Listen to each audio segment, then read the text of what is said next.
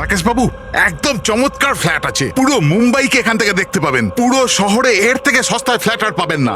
নিন ফার্নিচার আপনার, বসে থাকুন, টিভি দেখুন। দেখুন, আমি কাজের জন্য বেশিরভাগ সময় পুনেতে থাকি, তো মহিলাদের জন্য এই সোসাইটিটা সেফ তো?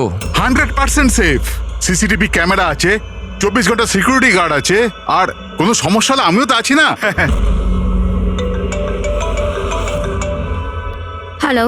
হ্যালো দেবজানি, শোনো, আমি এখানে পার্লাতে এসেছি। এখানে একটা সুন্দর ফ্ল্যাট দেখেছি, তোমার পছন্দ হবে। Thank you so much Rakesh, finally আমি নরক থেকে মুক্তি পাবো।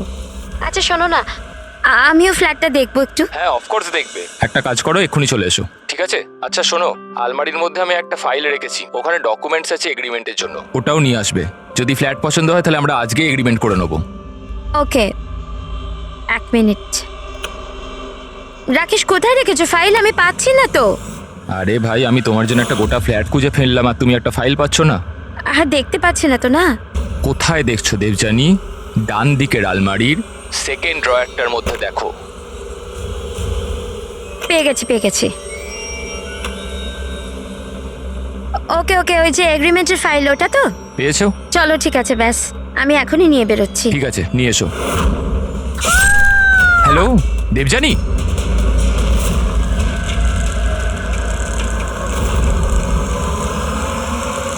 ACP sir,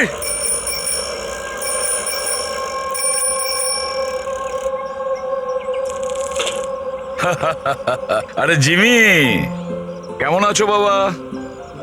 morning sir. Good morning Jimmy. আজ হঠাৎ কি মনে করে? কেমন আছো? স্যার খুব ভালো আছি স্যার, একদম আপনার মতো। আমার মতন? স্যার যদি আপনার মতো থাকি তাহলেই তো বড় হয়ে আপনার মতো সিআইডি অফিসার হতে পারবো। আরে বাহ, আমার মতন অফিসার হবে? সিআইডি তে এসিপি হবে? সেটার জন্য অনেক পড়াশোনা দরকার, এক্সামের প্রিপারেশনটা খুব ভালো দরকার, তাই না? কেমন চলছে তোমার প্রস্তুতি? একদম দারুণ স্যার, আর এক্সামে তো স্যার খুব ইজি ইজি কোয়েশ্চেন আসে। ভেরি গুড, বসো বসো। স্যার এটা আমার স্ক্র্যাপ বুক স্যার, আমি এটার মধ্যে ক্রাইম হিস্ট্রি সলভ করেছি স্যার। মাই স্ক্র্যাপ বুক? এখানে ক্রাইম হিস্ট্রি আছে? হ্যাঁ স্যার, আপনি এটা দেখে আমাকে গাইড করুন না স্যার। স্যার আমি এখানে ইনফরমেশন অনেক আলাদা আলাদা জায়গা থেকে কালেক্ট করেছি আর সব সেভ করে রেখেছি স্যার, সব স্ট্যাম্প করে রেখেছি যাতে আমি সবকিছু একসাথে এক জায়গায় দেখতে পারি। আর স্যার এই যে এই পেজটা না, এখানে লেখা আছে যে কখন হয়েছে, কিভাবে হয়েছে, কোথায় হয়েছে। আর স্যার এর যে নেক্সট পেজটা না, ওটার মধ্যে একদম ফাইনাল ডিটেলস আছে। আচ্ছা, কিন্তু স্যার কিছু জিনিস মিসিং আছে যাতে আমি বুঝতে পারছি না কি করে হয়েছে। তো এই ক্রাইম এই বিল্ডিং এর আন্ডার কনস্ট্রাকশন হয়েছে? যে অপরাধ করেছে সে গম্ভীর করেছে, আর তুমি দারুণ কাজ করেছো। কিন্তু এই সব করার আগে লেখাপড়া ভালো করে করতে হয়, এক্সামে খুব ভালো নাম্বার পেতে হবে, তাহলে দেখবে তুমি একজন ভালো সিআইডি অফিসার হয়ে গেছো। যখন বড় হয়ে যাবে আমি তোমাকে গাইড করব ভালো সিআইডি অফিসার হওয়ার জন্য। Thank you sir. এবারে এই মিস্ট্রিটা আমরা কবে সলভ করব জানো? তোমার এক্সাম শেষ হওয়ার পরে আমরা দুজনে মিলে সলভ করব। না, ঠিক আছে স্যার, হ্যাঁ। Bye sir. By.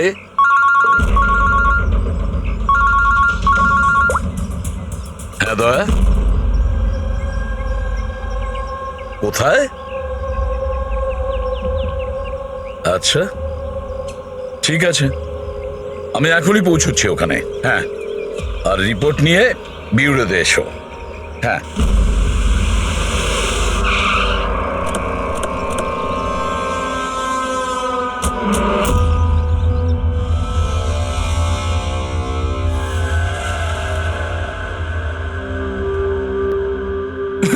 Debjani, control yourself Rakesh. Rakesh control. Rakesh সামলাও নিজেকে নিজে। রাকেশ দেখুন না কি হয়ে গেল। এখন তদন্ত চলছে, আমি বাইরে গিয়ে কথা করুন বলছি। আপনি। আমি বাইরে গিয়ে কথা বলছি, তোমরা ওকে বাইরে নিয়ে যাও। আরে আমি তো বললাম কথা বলবো। চলো যাও। রাকেশ, কন্ট্রোল ইয়োরসেলফ, সব ঠিক হয়ে যাবে।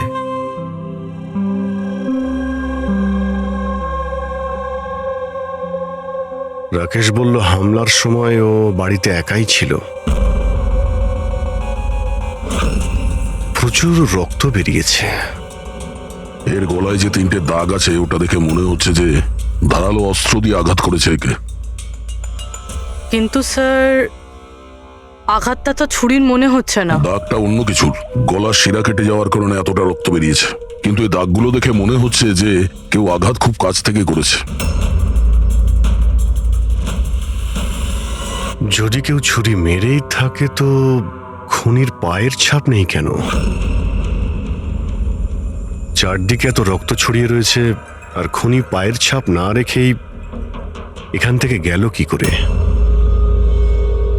হ্যাঁ, এটা তো চিন্তা করার বিষয় যে ও গেল কি করে। এই রাকেশ বলছিল যে যখন দিব্যানীর খুন হলো তখন ও এর সঙ্গে ফোনে কথা বলছিল আর ও একটা ফাইল খুঁজছিল, আর হঠাৎ চিৎকারের আওয়াজ এলো আর ও মারা গেল। আমি একটা জিনিস বুঝতে পারছি না যে এত বড় ঘরে ওই খুনি এলো কি করে, যেটা দিব্যানী দেখতে পেল না। এটাই কিছু বুঝতে পারছি না। একদমই। যদিও খনিকে ভিতরে ঢুকতে দেখতে পেত বা যদিও বুঝতেও পারতো তাহলে ও রিয়াক্ট করতো। রাকেশের সঙ্গে ফোনে কথা বলছিল, রাকেশও জানতে পারতো, কিন্তু এমনটা হয়নি। স্যার, আমরা পুরো বাড়ি খুঁজে ফেলেছি কিন্তু কোথাও মার্ডার উইপেন খুঁজে পাইনি। এটা কি ধরনের খুন? না খুনির আসার কোনো প্রমাণ, না যাওয়ার কোনো প্রমাণ। আর খুনটা এমন অস্ত্র দিয়ে হয়েছে যার ব্যাপারে জানাই যাচ্ছে না। খুনিকে ধরতে গেলে অন্তত এটা তো জানতেই হবে যে খুন করলো কি দিয়ে। স্যার হতে পারে দেবযানীর ওপর খুনি পিছন থেকে হামলা করেছিল আর রিয়্যাক্ট করার আগেই হয়তো ওর মৃত্যু হয়েছে। অভিজিৎ, একটা কাজ করা যাক, এই ক্রাইম সিনটাকে আবার রিক্রিয়েট করে দেখি। হতে পারে জানতে পারা যাবে যে খুনি কোথা থেকে এসছে। ঠিক আছে দয়া, তুমি এই দিকটা দেখো, ততক্ষণ আমি প্রতিবেশীদের সঙ্গে কথা বলে আসছি।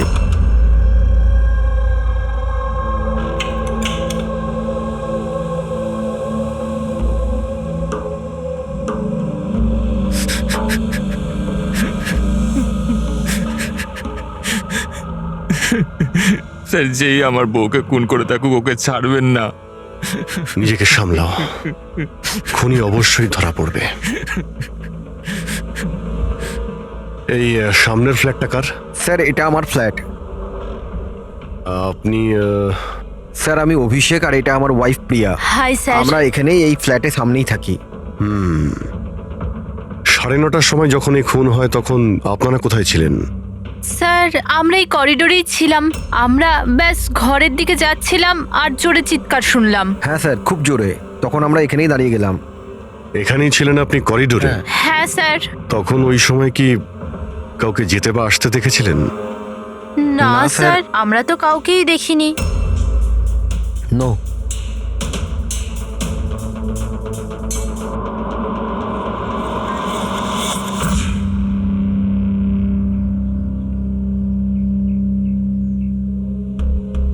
স্যার আমি আপনাকে দেখতে পাচ্ছি।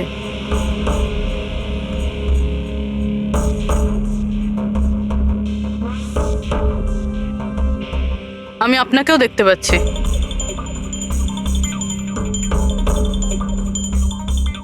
স্যার খুনি যেদিক থেকেই আসুক দেবযানী ঠিক দেখতে পেত। তাহলে এরকম কিভাবে হলো যে দেবযানী খুনিকে দেখতেই পেল না? এটাই তো বুঝতে পারছি না পুরবি, যে খুনিকে দিব্যানী দেখতে পায়নি কেন। ভেতরে এসে খুব সহজেই মেরে চলে গেছে ও, আর এখানে হাতাহাতির কোনো চিহ্নই নেই। খুনি না ডান দিক থেকে এসছে, না বাঁ দিক থেকে, আর না পেছন থেকে। আচ্ছা, এটা তো নয় যে খুনি সামনে থেকে এসছে? সামনে তো ক্যাবিনেট আছে, এখান থেকে তো দেখতেই পাওয়া যেত। দেখতে তো তখন পেত যখন ওকে দেখা দিত। আচ্ছা, ও এখানে তো জায়গাই নেই স্যার, এটাতেও নেই। স্যার দেবযানীর খুন হয়েছে মানে খুনি ভিতরে তো নিশ্চয়ই এসেছিল। এবার প্রশ্ন এটাই থাকে যে ও এখানে লুকিয়েছিল কোথায়? তার থেকেও বড় কথা স্যার, খুনি ঘরের ভিতর ঢুকলো কি করে?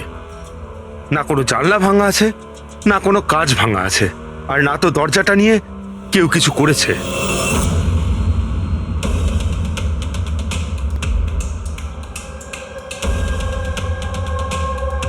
স্যার, ওই সময় আমি ডিউটিতেই ছিলাম। কখন হলো আমি জানি না স্যার। তোমার কাউকে সন্দেহ হয়? একদম নয় স্যার। স্যার ওর সাথে তো একদিন না একদিন এটা ঘটতোই। কেন? এটা কেন বলছেন আপনি? নম্বরের ক্যারেক্টারলেস মহিলা ছিল ওর ঘরে। জানি না কত লোকের আসা যাওয়া লেগেই থাকতো। রাকেশ এই ফ্ল্যাটের চাবি কার কার কাছে থাকে? স্যার একটা চাবি তো ঈশান বাবুর কাছে থাকে, উনি সোসাইটির চেয়ারম্যান। আর একটা চাবি সিমরানের কাছে আছে, যে দেবযানীর ছোটবেলার বন্ধু, আর ওই আমাদের ফ্ল্যাটটাকে রেনোভেট করেছিল। না বলে একমাত্র ওই আছে যে বাড়ির ভেতর ঢুকতে পারে। একটু সিমরানকে ডাকো। আমি এই সোসাইটির চেয়ারম্যান ঈশান, আর ইনি আমার স্ত্রী ভূমি। স্যার, এই মহিলার জন্য পুরো সোসাইটি বিরক্ত ছিল। স্যার ব্যভিচারের সমস্ত সীমা পার করে দিয়েছিল। স্যার না জানে ওর কতগুলো প্রেমিক ছিল। আমার তো মনে হয় স্যার নিশ্চয়ই কোনো না কোনো প্রেমিকই ওর হত্যা করেছে। এক মিনিট। আমরা শুনেছি যে উনি খুবই সাধারণ হাউস ওয়াইফ ছিলেন। স্যার ও বিবাহিত ছিল, কিন্তু নিজের স্বামী রাকেশের সাথেও থাকতো না। এক্সকিউজ মি, আপনি প্লিজ আমার গাড়িটা পার্ক করে দেবেন? Yeah sure. Yeah.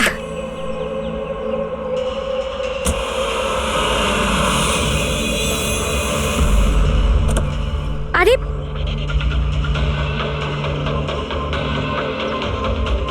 Thank you. What's your name? Abhinav. কোথায় থাকেন আপনি? ব্যাস এই বিল্ডিংয়েই। Thank you so much.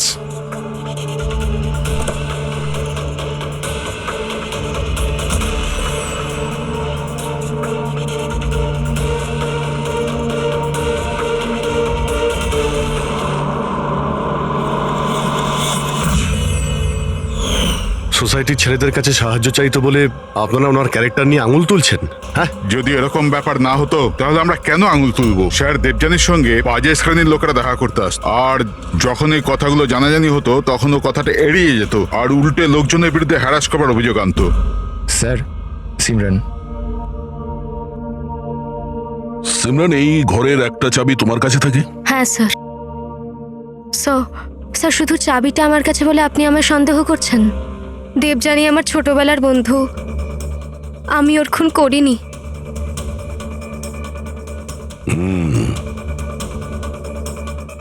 Rakesh, এই ঘটনার ব্যাপারে দিব্যানীর বাড়ির লোককে ইনফর্ম করেছো তো? আমি ওর ছোট বোনকে ফোন করেছি স্যার, ও হয়তো আসছে। আপনি জানেন ও 10 জন লোকে লাভ কার্ড দিয়েছে। লাভ কার্ড? ওটা তো আমিও জানতাম না, যখন আমার হাজব্যান্ডকে দিল তখন আমি জানতে পারলাম। আপনাকেও? আপনি সবাইকে জিজ্ঞেস করতে পারেন স্যার। কি? একদম আর ঠিক। দেখুন ওই কার্ডটা কি আমরা দেখতে পারি?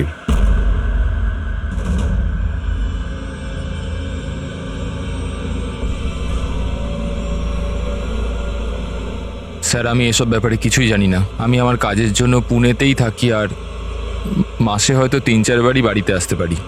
এত কিছু ঘটে গেছে রাকেশ, আর তুমি আমাদের বলছো কিছুই জানো না? এটা কিভাবে সম্ভব? না স্যার, আমি সত্যিকারেরই কিছু জানি না, কিন্তু দেবযানীকে কিছুদিন ধরেই খুব বিরক্ত লাগছিল। আসলে ও এই সোসাইটিতে থাকতে চাইছিল না। এর কারণ কি? স্যার আশপাশের লোকদেরও পছন্দ করতো না, বলতো করে নাকি খুব আনফ্রেন্ডলি আর রুড। এমনকি ওর ঘরটাও খুব একটা পছন্দ হতো না। ইনফ্যাক্ট ওর কথাতে আমি আজ সকালেই একটা নতুন ফ্ল্যাট বুক করেছিলাম। আমি জানতাম না যে আমার বউয়ের ক্যারেক্টারের লোক এইভাবে আঙুল তোলে। আসুন স্যার, ইনি রিয়া, দেবযানীর বোন। আসুন, বসুন।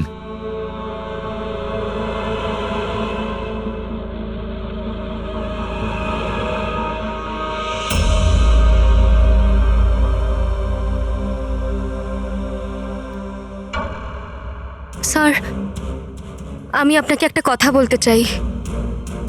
যেভাবে সবাই খারাপ কথা বলছে না আমার দিদির ব্যাপারে, ওরম ছিল না স্যার। আমি জানি এটা কে করেছে। কে করেছে এটা?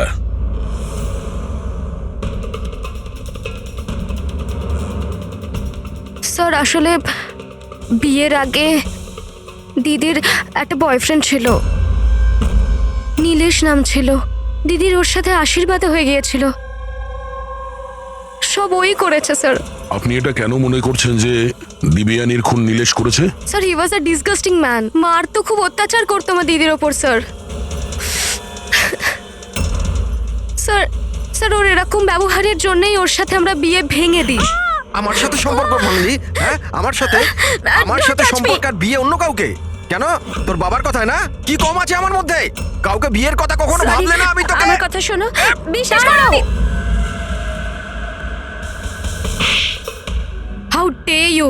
তোমার তোমার সাহস কি করে হয় আমার দিদির উপর হাত তোলার? হ্যাঁ, আমার দিদি তোমার সাথে বিয়ে করবে না, এইটুকু কথা তোমার মাথায় ঢোকে না? না, হ্যাঁ? তোকে মেরে ফেলবো, আমি প্রাণে মেরে ফেলবো, বুঝলি? আমাকে ছাড়া কখনো কাউকে বিয়ে করার কথা ভাবিস তো? কিছুদিন বাদে ও দিদিদের পাশের একটা বিল্ডিং এ শিফট হয়েছিল স্যার। ওই দিনটার পরে দিদির ফোনের হুমকির কল মেসেজ দিদির কাছে রোজ আসতো স্যার। এমনকি কিছু লোক দিদির বাড়িতে রোজ আসতো স্যার। স্যার আমি বলছি স্যার, এই সব নীলেশের কাজ স্যার। আর ওই সোসাইটির চেয়ারম্যান ঈশান স্যার, ও আমার দিদিকে বদনাম করার একটাও সুযোগ ছাড়েনি। ও এটা কেন করতে যাবে? ও ও ও এই জন্য, কারণ ওর নজর দিদির ওপর ভালো ছিল না স্যার। ও ওকে একা পেয়ে ওর সুযোগ নিতে চেয়েছিল স্যার। আর যখন এটা করতে পারলো না স্যার, তখন ওর দিদির বদনাম করতে শুরু করে দিল। নীলেশ আর ঈশান, নীলেশ ওর বিয়ে ভেঙে যাওয়ায় প্রতিশোধ নিতে চায়, আর ঈশানের মেয়েলিগোতে আঘাত লেগেছে, সেই কারণেও দিবিয়ানিকে বদনাম করার চেষ্টা করছে। রাকেশ, ঈশান আর নীলেশের ব্যাপারে তুমি কিছু জানো? আমাকে কেউ কখনো কিছু বলেনি, কিন্তু একটা রবিবার আমি বাড়িতেই ছিলাম, আর রাত্রির প্রায় তখন 11টা, বাড়ির বেলটা বাজলো। যখন আমি দরজা খুললাম তো সামনে একটা লোক দাঁড়িয়েছিল, আমাকে দেখতেই পালিয়ে গেল ওখান থেকে। আমি ওকে আটকানোর চেষ্টা করেছিলাম, কিন্তু ততক্ষণও চলে গেছে। ঠিক আছে, তোমরা এখন যেতে পারো। যদি আমাদের দরকার পড়ে তোমাদের ডেকে নেব।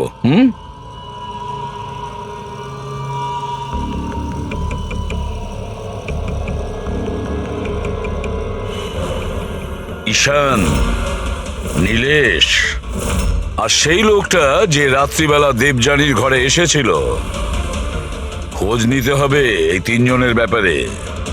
হতে পারে খুনি এই তিনজনের মধ্যেই কেউ। তবে যেই হোক, দেবযানীকে কিভাবে খুন করলো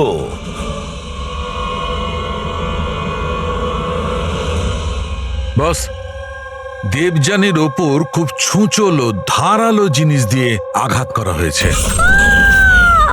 যে 3টে ক্ষত আছে, এই কাঁধের ওপর, এর কারণে ওর নার্ভ কেটে গেছে। আর এই যে 2টো ক্ষত কাঁধের ওপর, অদ্ভুত ব্যাপার হচ্ছে এই যে 3টে ক্ষত আছে, এগুলো একে অপরের থেকে সমান দূরত্বে আছে। আর একটা সারপ্রাইজিং ব্যাপার, এই 3টে ক্ষতর ডেপথ একেবারে সমান, 3 ইঞ্চি। হয়তো খুনি খুন করার জন্য একই অস্ত্র ব্যবহার করেছে, আর হয়তো সমানভাবে আঘাত করেছে, তাই ক্ষতর পরিমাণ একই, 3 ইঞ্চি। হতে পারে, এরকম হতে পারে, কিন্তু এখানে এই কেসটাতে নজর করবার মতো বিষয় হচ্ছে যে দেবযানীর যে ক্ষতগুলো আছে তাতে কোনো অ্যাঙ্গেল নেই। এই আঘাত পুরো ওপর থেকে করা হয়েছে, সোজা, এইভাবে সোজা। আঘাতের সময় দেবযানী দাঁড়িয়েছিল, আর হিল সহ এর হাইট হবে প্রায় 5 ফিট 7 ইঞ্চি। আর ওকে এইভাবে আঘাত করার জন্যে খুনির হাইট হতে হবে কম করে 6 ফুট 2 ইঞ্চি, তবেই এরকম আঘাত হবে, না হলে নয়। দেখো সালুকে, খুনির উচ্চতা যদি 6 ফুটের বেশি হয়, তাহলে ক্যাবিনেটের মধ্যে কি করে লুকিয়ে থাকবে?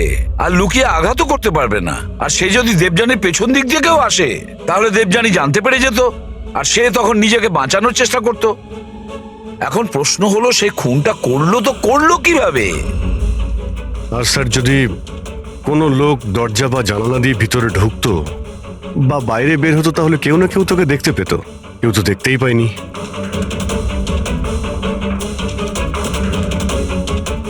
এই খুনি দেবযানীর কাছে পৌঁছলো কিভাবে? আর তাছাড়া দেবযানী টেরও পেল না।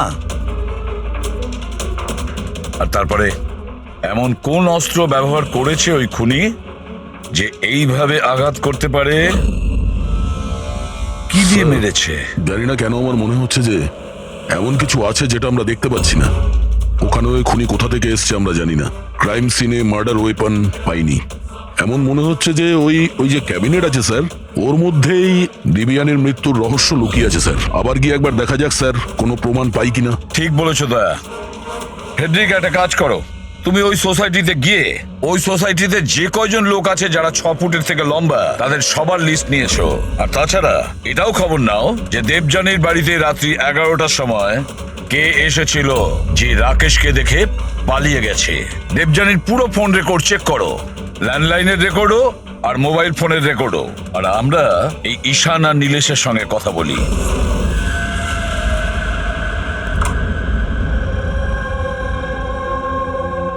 ডক্টর সালুখের থিওরি অনুযায়ী খুনের উচ্চতা 6 ফুটের উপরে। স্যার তাহলে তো ঢুকবে কিভাবে? এটাই তো ভাবছি।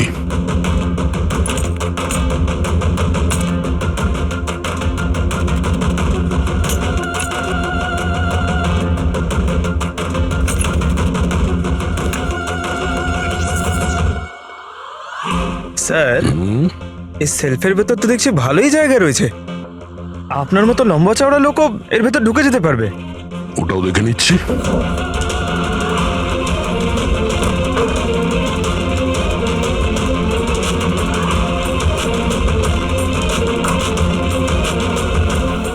যদি এই সেলফগুলো বার করে আমার মতো লোক ওইখানে ধরে যায়, হতে পারে খুনিও এখানে ছিল।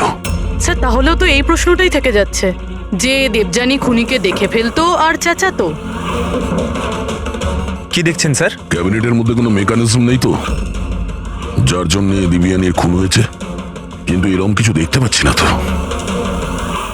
স্যার খুনি কোনো প্রমাণ ছাড়েনি। মার্ডার ওয়েপনও খুঁজে পাচ্ছি না। দিবিয়ানির খুন কি করে হলো এটাও বুঝতে পারছি না। দিবিয়ানির খুন হলো কি করে?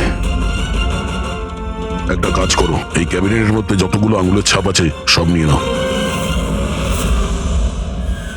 হতে পারে দেবযানী তার খুনিকে দেখেছিল, কিন্তু সে বেঁচে নেই যে আমাদেরকে বলবে। কে কে হতে পারে খুনি, আর দেবযানীকে মারলো কিভাবে? কিভাবে মারতে পারে? খুনি খুবই চালাক স্যার। হ্যাঁ, চালাক তো বটেই, কিন্তু কতদিন লুকিয়ে থাকবে? কতদিন? স্যার এই 4টে লোক আছে সোসাইটিতে যাদের উচ্চতা 6 ফুট বা তার বেশি। অভিষেক, ঈশান, ওয়াচম্যান, ভূমি। স্যার এ হাই হিল পরে, হিল পরার পরের উচ্চতা 6 ফুট হয়ে যায়। কিন্তু অভিজিৎ, এই 4 জনের মধ্যে কে হতে পারে যে দেবযানীকে খুন করেছে? ওই ক্যাবিনেটে কে লুকিয়ে বসেছিল? কে হতে পারে? দিদির একটা বয়ফ্রেন্ড ছিল, নীলেশ নাম ছিল। অনেক বড় গুন্ডা তুই, হ্যাঁ? গত সপ্তাহে নিজের প্রতিবেশীকে এমন মেরেছিস যে মরতে মরতে বেঁচে গেছো, আর দিবিয়ানিকে তো মেরেই দিয়েছিস। সত্যি সত্যি যদি মেরে ফেলতাম, কিন্তু আফসোস ও তো নিজেই মরে গেল। হ্যাঁ মানছি ওর সাথে আমার ঝগড়া হতো, কিন্তু এর জন্য কেউ বিয়ে ভাঙে নাকি? স্যার এই জন্যই আমি বদলা নিতে চেয়েছিলাম। প্রচুর তেল তোর শরীরে না? হ্যাঁ, 2 মিনিট, মাত্র 2 মিনিটই তোর সমস্ত তেল বার করে দেবো, বুঝেছিস? তারপর স্বপ্নেও কাউকে মারার কথা ভাববি না তুই। স্যার আমি ওই সোসাইটিটার সমস্ত ফুটেজ চেক করেছি, আর সেখানে নীলেশ সোসাইটির বাইরে এদিক ওদিক ঘুরে বেড়াচ্ছিল দেখা গেছে। আচ্ছা,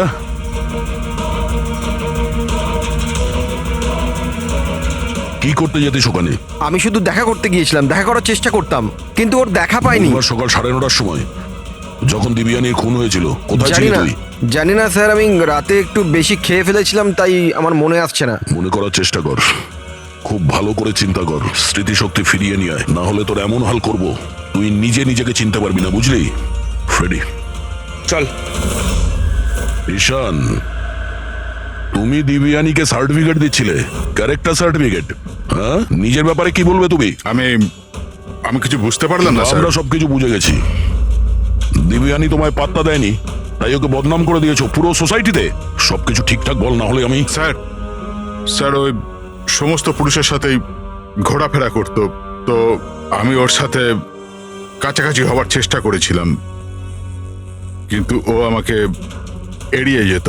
তখন আমি ভাবলাম যে আমি এর বদলা নেব। আর বদলা নেওয়ার চক্র ওকে মেরেই দিলে?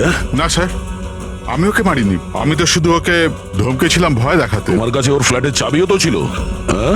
মানে তোমার কাছে উদ্দেশ্যও ছিল আর উপায়ও ছিল, হ্যাঁ? কিন্তু স্যার যখন ওর মৃত্যু হয় তখন তো আমি সোসাইটির ওয়াটার পাইপ ঠিক করছিলাম। আপনি চাইলে যে কাউকে জিজ্ঞাসা করতে পারেন। আমরা জেনেই যাব।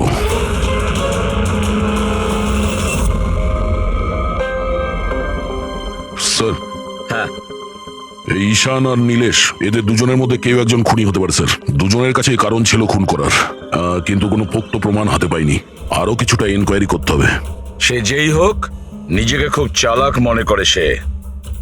আচ্ছা দয়া, দেবযানীর বাড়িতে রাত্রি 11টার সময় যে এসেছিল, সে কে, কিছু জানতে পেরেছো? হ্যাঁ স্যার, ওনার নাম সুনীল, বাইরেই বসে আছে। স্যার, দেবযানীর সাথে আমার কথা ডেটিং সাইটে হয়েছিল। ডেটিং সাইটে? Yes sir. তারপর আমাদের মেলেও কথা হতো স্যার। আর দেবযানী আমায় বাড়িতে দেখা করতে ডেকেছিল, আর আমি দেখা করতে গিয়েছিলাম স্যার। কিন্তু ওর বরকে থেকে ঘাবড়ে গেছিলাম স্যার। ভয়ের চোটে আমি ওখান থেকে পালালাম স্যার। পূর্বী, দেবযানীর ডেটিং সাইট চেক করো, আর ওর ইমেলও চেক করো। দেখা তো যাক এ কতটা সত্যি বলছে। স্যার, স্যার দেখুন, দিদির ফোনে কেউ জীবন নামের ব্যক্তি বারবার ফোন করছে আর উল্টোপাল্টা কথা বলছে। আপনি একবার দেখে নিন স্যার। দেখি তো এর নাম্বার কি আছে।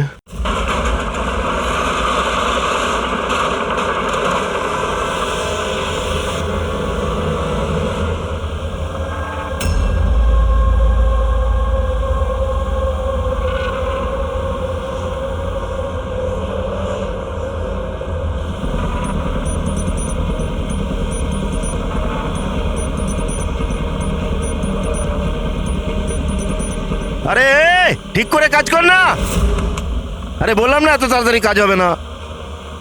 তোমরা কি বিল্ডারের লোক হও আর যেই হও, বললাম তো এত তাড়াতাড়ি কাজ হবে না। সময় তো তোর শেষ হয়ে এসেছে, বুঝলি? আগে এটা বল, দিবিয়ানিকে কিভাবে জানিস তুই? দেবযানী? হ্যাঁ, কে দেবযানী? একদিন অন্তত 10 বার ফোন করতেই আর বলছিস এখন কে দিবিয়ানি? স্যার কারা আপনারা? আমরা তারাই যাকে দেখে অপরাধী কাঁপে, সিআইডি। স্যার আমি কিচ্ছু করিনি, আমি সত্যি বলছি আমি কিচ্ছু করিনি। কিচ্ছু করিসনি? দিবিয়ানির খুন করেছিস আর বলছিস কিছু করিসনি? আমি দীপিকা আলছি স্যার, আমি খুন করিনি, বিশ্বাস করুন স্যার। খুন না করলে 10 বার করে ফোন করতিস কেন? স্যার অ্যাকচুয়ালি আমি দেবজানুর নাম আর নাম্বার পেয়েছিলাম, সেই জন্য মাঝে মধ্যে ভেবেছিলাম বিরক্ত করবো, আর কিচ্ছু নয় স্যার, বিশ্বাস করুন, আর কিচ্ছু নয়। কে দিয়েছে তোকে এই নম্বর? আমি সত্যম কমপ্লেক্সে কিছু কাজের জন্য গিয়েছিলাম, তো বাথরুমের দেওয়ালে ওর নাম আর ফোন নাম্বার লেখা ছিল স্যার। তো আমি ওকে ফোন করি, কিন্তু আমাকে বকতে থাকে। আমি বুঝতে পারি ও খুব ভদ্র একজন মেয়ে। স্যার আমি ওর খুন করিনি, দিব্যি গালছি স্যার, বিশ্বাস করুন আমি খুন করিনি ওর। পঙ্কজ, একটু চেক করো তো সত্যম কমপ্লেক্স।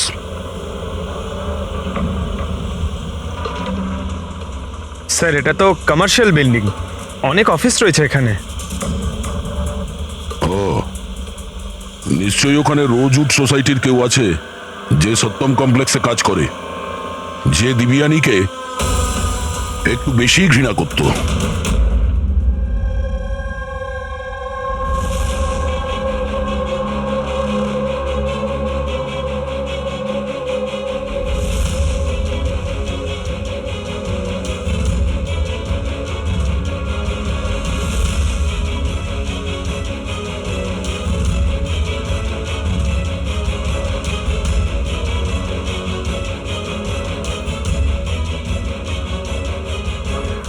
জিম্মি, আরে জিম্মি বাবা, এইসব কি করছো তুমি? সামনে তোমার পরীক্ষা আছে। দেবযানীর মার্ডার মিস্ট্রি সলভ করছি মা। কি? আগে ম্যাথের কোয়েশ্চেন পেপার তো সলভ করো।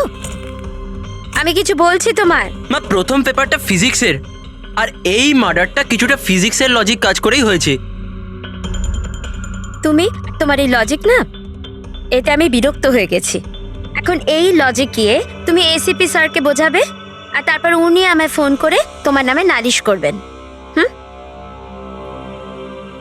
মা, যখন এসিপি স্যার আমার কমপ্লেন করবে না, তখন ওনার সামনেও এমনি একটু বকে দিও। হ্যাঁ, সিআইডি অফিসার হওয়ার কথা বলছো আর নিজের মাকে মিথ্যে বলার ট্রেনিং দিচ্ছ, তাই না? এখন আমি গিয়ে এসিপি স্যারকে এটা নালিশ করবো, দাঁড়া। মামা, আমি জানি তুমি স্যারের কাছে নালিশ করবে না। আচ্ছা, কারণ তুমি তো ওয়ার্ল্ডের বেস্ট মম, তাই না মা? না না, আরে ছাড়, আরে জিমি, আরে তুমি বলবে না মা। আরে না না না, তুমি বলবে না, তুমি বল মা। আমি গিয়ে এখনই বলছি, এখনই দাঁড়িয়ে যা। বলবে না।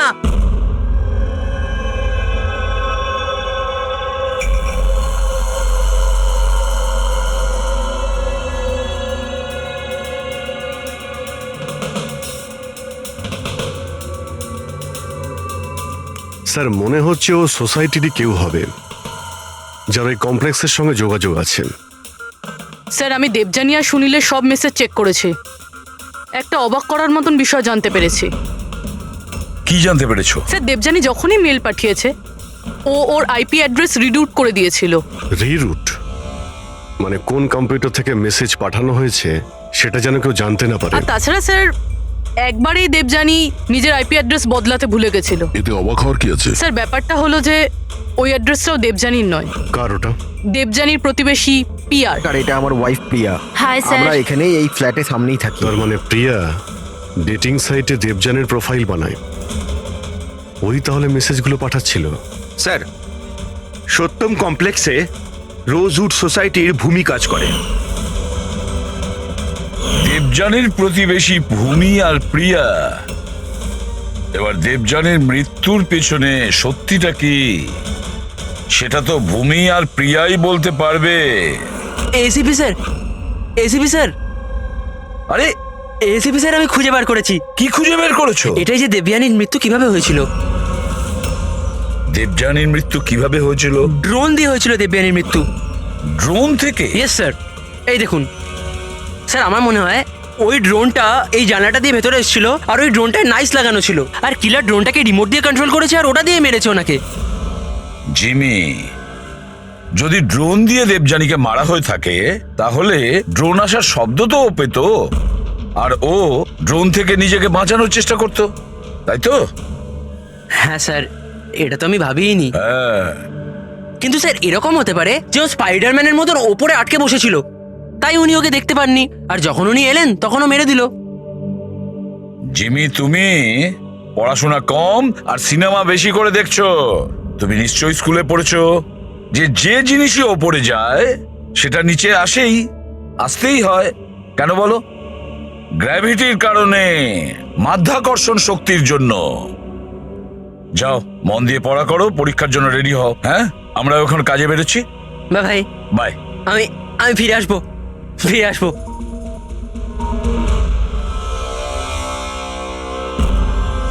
কিছু বলছেই না। সব বলবো। আসুন আসুন।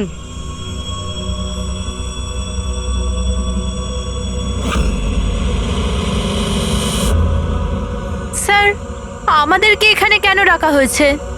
খুব শখ ছিল তোমার না ডেটিং সাইটে অন্যের প্রোফাইল বানানো? হ্যাঁ স্যার, আমি কিছু বুঝতে পারলাম না। তোমাদের লজ্জা হওয়া উচিত।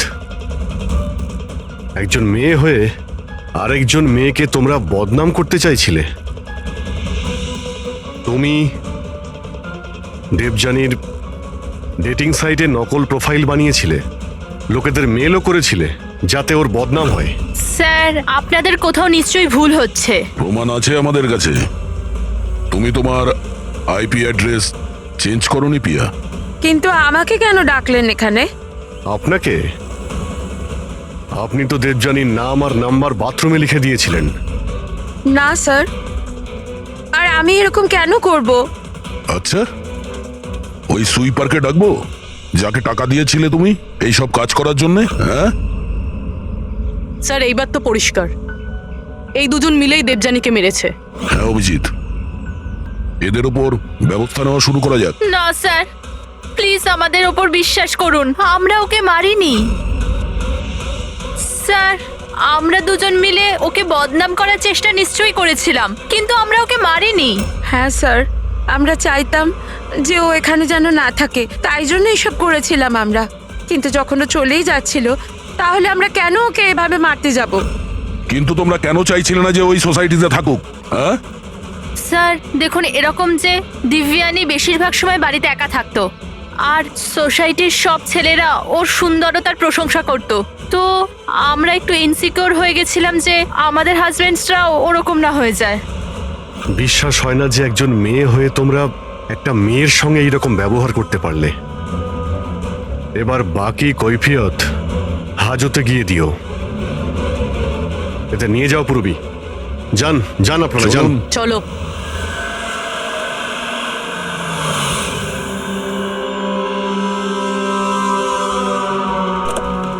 হ্যাঁ স্যার, জানতে পারলেন কিছু? আমি ওই কাবার্ডটা খুব ভালো করে চেক করেছি।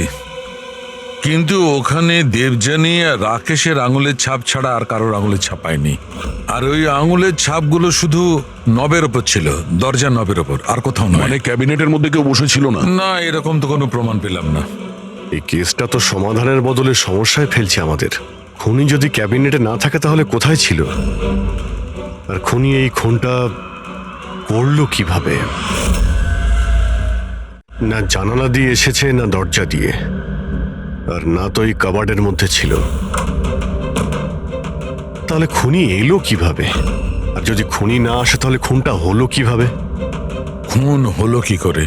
দেখো, আমি তোমাদের বলেছিলাম না দেবযানীর কাঁধের ওপর যে 3টে ক্ষত ছিল, ওগুলো একদম 90 ডিগ্রি অ্যাঙ্গেলে ছিল। মানে মানে যখন আঘাত করা হয়েছে উঁচু থেকে করা হয়েছে, ওপর থেকে।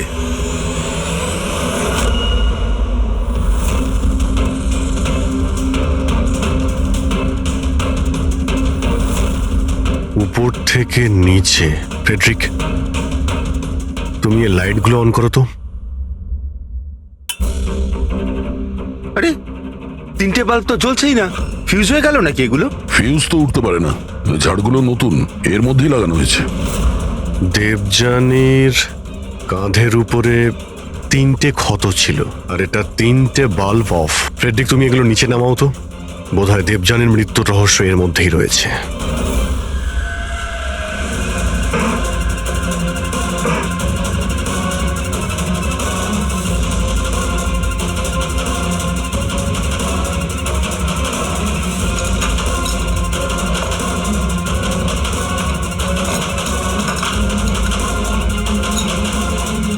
ক্যামেরা এখানে লাগিয়েছে কেন? এই হচ্ছে ওই হাতিয়ার যা দিয়ে খুন হয়েছে, রক্ত লেগে আছে এতে।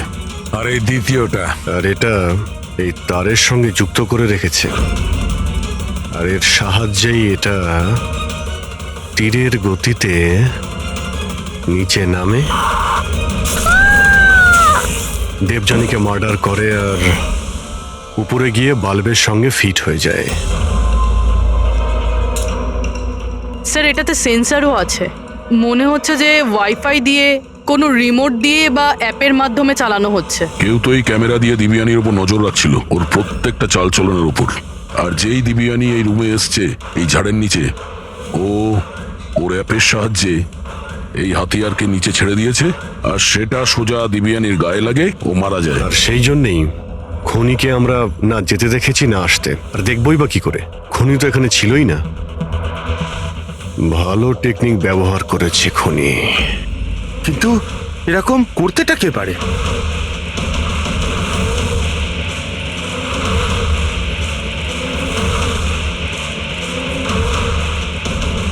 স্যার, খুনিকে চিনতে পেরে গেছি।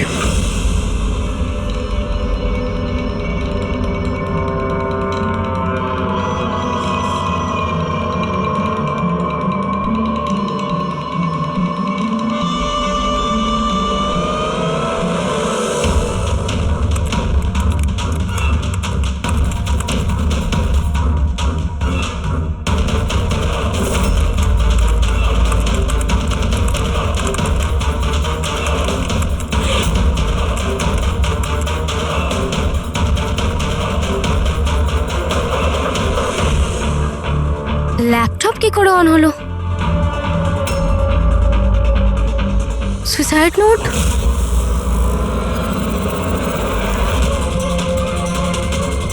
কে?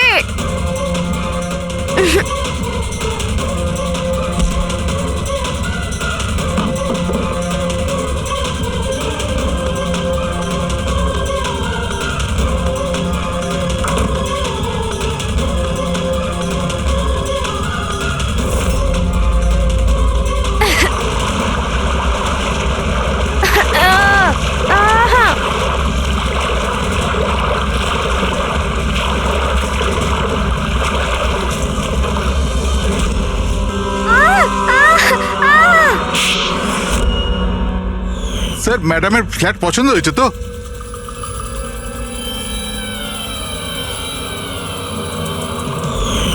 যখনই আমরা এই স্যান্ডেলিয়ারের ওপর মেকানিজম দেখলাম, আমরা বুঝতে পারলাম যে সবের পেছনে সিমরান তুমি আছো।